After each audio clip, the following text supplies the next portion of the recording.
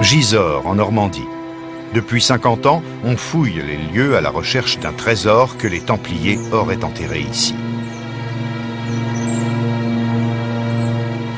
Les innombrables légendes qui entourent ce mystérieux épisode ont concouru à rendre le lieu célèbre. La ville a attiré de nombreux chasseurs de trésors. Le château de Gisors se dresse non loin de la Manche, sur la route qui mène en Angleterre. Les Templiers, qui avaient échappé aux arrestations, seraient passés par ici lorsqu'ils ont fui leur siège central à Paris. Mais aucune preuve ne permet de l'affirmer. Au cours des derniers siècles, beaucoup de personnes ont tenté d'explorer les couloirs ramifiés qui courent sous le château. Sans succès, on n'a jamais découvert aucun trésor. Ce trésor a-t-il jamais existé ? En tout cas, il ne fait aucun doute que les Templiers possédaient beaucoup d'argent.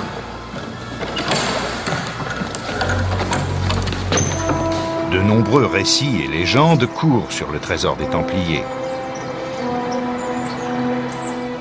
Les spéculations vont bon train quant à son emplacement.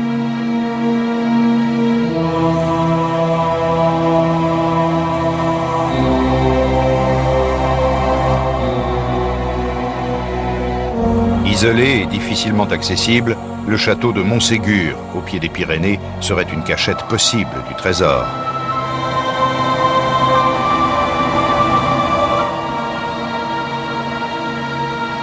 Mais une fois encore, l'histoire n'a laissé aucune trace.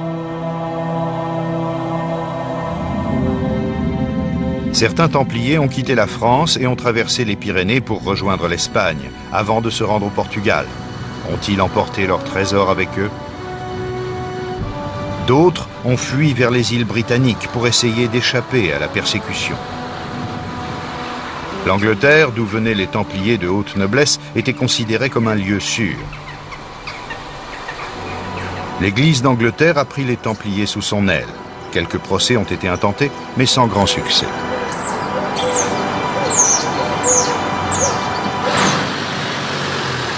Le siège des francs-maçons d'Angleterre, au cœur de Londres. Les francs-maçons sont considérés comme les héritiers directs des Templiers.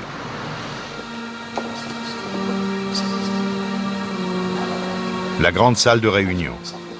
Mais quel lien existe-t-il réellement entre les Templiers et les francs-maçons soupçonnés de former une société secrète? John Hamill, porte-parole de la Grande Loge Unie d'Angleterre. Les chevaliers du Temple sont considérés comme des figures très romantiques. Il y a toute une littérature au XVIIe et XVIIIe siècle sur le sujet, mais qui est souvent fondée sur une absence totale de preuves. Il flotte un certain mystère. La franc-maçonnerie est tenue pour mystérieuse. Les Templiers sont tenus pour mystérieux. On dit des francs-maçons qu'ils ont des secrets. Tout le monde cherche le secret des Templiers, et plus particulièrement le trésor des Templiers. Nombreux sont les parallèles entre les francs-maçons et les Templiers.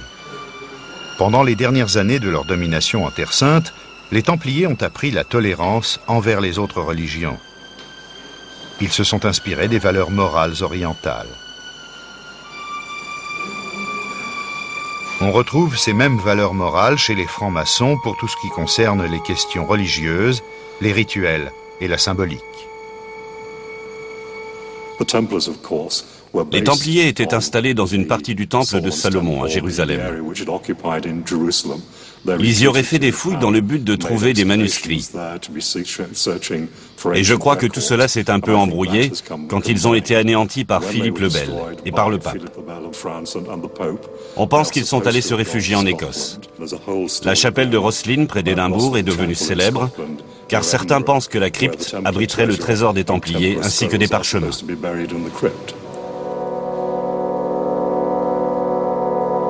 La chapelle de Rosslyn n'a toujours pas révélé son secret. Il y aurait des cavités sous la crypte de l'église médiévale. Mais toutes les chasses au trésor ont jusqu'à présent échoué.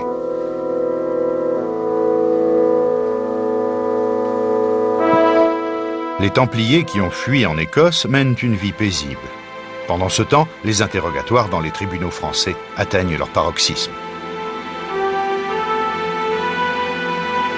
J'ai tant été torturé, tant questionné et tenu au feu, que les chairs de mes talons en ont été toutes brûlées et que les os m'en sont tombés peu après. Mais malgré tout, Je défendrai mon maître jusqu'à la mort. Par ces mots, il signe son arrêt de mort. Certains Templiers se rétractent et sollicitent l'aide du pape. Le Saint-Père répond par une lettre. Il abandonne les Templiers à leur sort. Notre Père le Pape a mandé que tous ceux qui auront fait confession devant les inquisiteurs, ses avoués, et refuseraient de persévérer en cette confession, seront mis à damnation et remis au feu. Moi, je ne veux pas le défendre. Paralysés par la peur, de nombreux Templiers préfèrent reconnaître les faits.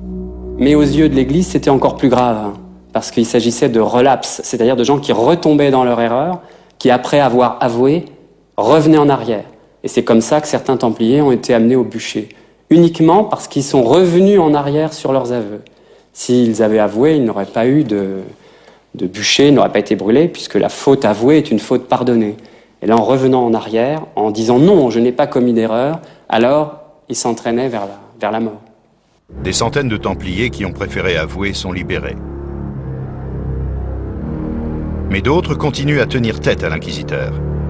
Cet interrogatoire, je le considère comme inutile et vide de sens. C'est ainsi que l'un des plus fidèles compagnons du grand maître montre son refus du procès. Si j'étais libre, je procéderais volontiers, selon le droit, par devant vous. Nous n'avons pas le pouvoir de vous libérer de prison, mais seulement celui d'enquêter sur tout l'ordre du Temple.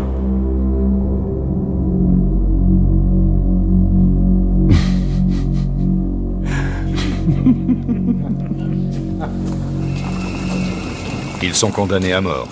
Un peu partout, on allume des bûchers. À la dernière minute, Jacques de Molay se rétracte et redonne sa dignité à l'ordre. Lorsque le roi l'apprend, il décide de le faire exécuter avant que la justice ne puisse l'en empêcher.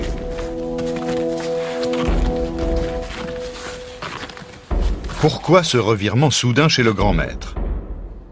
Jacques de Molay, qui, des années durant, avait reconnu les faits, espérait-il encore que le pape prendrait la défense des Templiers ? Juste avant de mourir, il maudit ceux qu'il juge responsables de sa mort et du déclin de l'ordre du Temple, le roi et le pape. Que soit maudit le roi de France, son chancelier Nogaret et le Saint-Père. Jacques de Molay aurait dit « Toi, pape Clément, je t'ajourne à 1 mois devant le tribunal de Dieu, et toi, roi Philippe, à 1 an. » Alors, si nous acceptons la date du 19 mars 1314, le pape est mort le 20 avril 1314, à Roquemaure, et le roi Philippe le Bel est mort le 29 novembre 1314 d'un accident de chasse. Donc, ces dates sont conformes à la malédiction. Le roi a réussi à renverser l'ordre du Temple, mais il n'a pas pu en profiter. Et qu'en est-il du pape qui est mort ici à Roquemaure ? Dans les documents retrouvés récemment, il explique qu'il est convaincu de l'innocence des Templiers. Est-il mort parce qu'il ne pouvait plus supporter la responsabilité de leurs exécutions ? La comtesse de Barito du Carpia évoque son célèbre ancêtre. Je suis allée à Rome. Je suis allée dans la bibliothèque du Vatican. Justement, j'ai cherché les traces de Clément V. Il n'existe pas. Dans le mémoire du Vatican, il n'est pas là. Donc, lui qui a créé le schisme avec Rome, il est complètement... on ne parle pas à Rome de Clément V. Un pape maudit qui ne figure sur aucun document. Clément V a courbé l'échine devant le roi. Il a préféré vendre son âme au diable pour ne pas être lui-même taxé d'hérésie.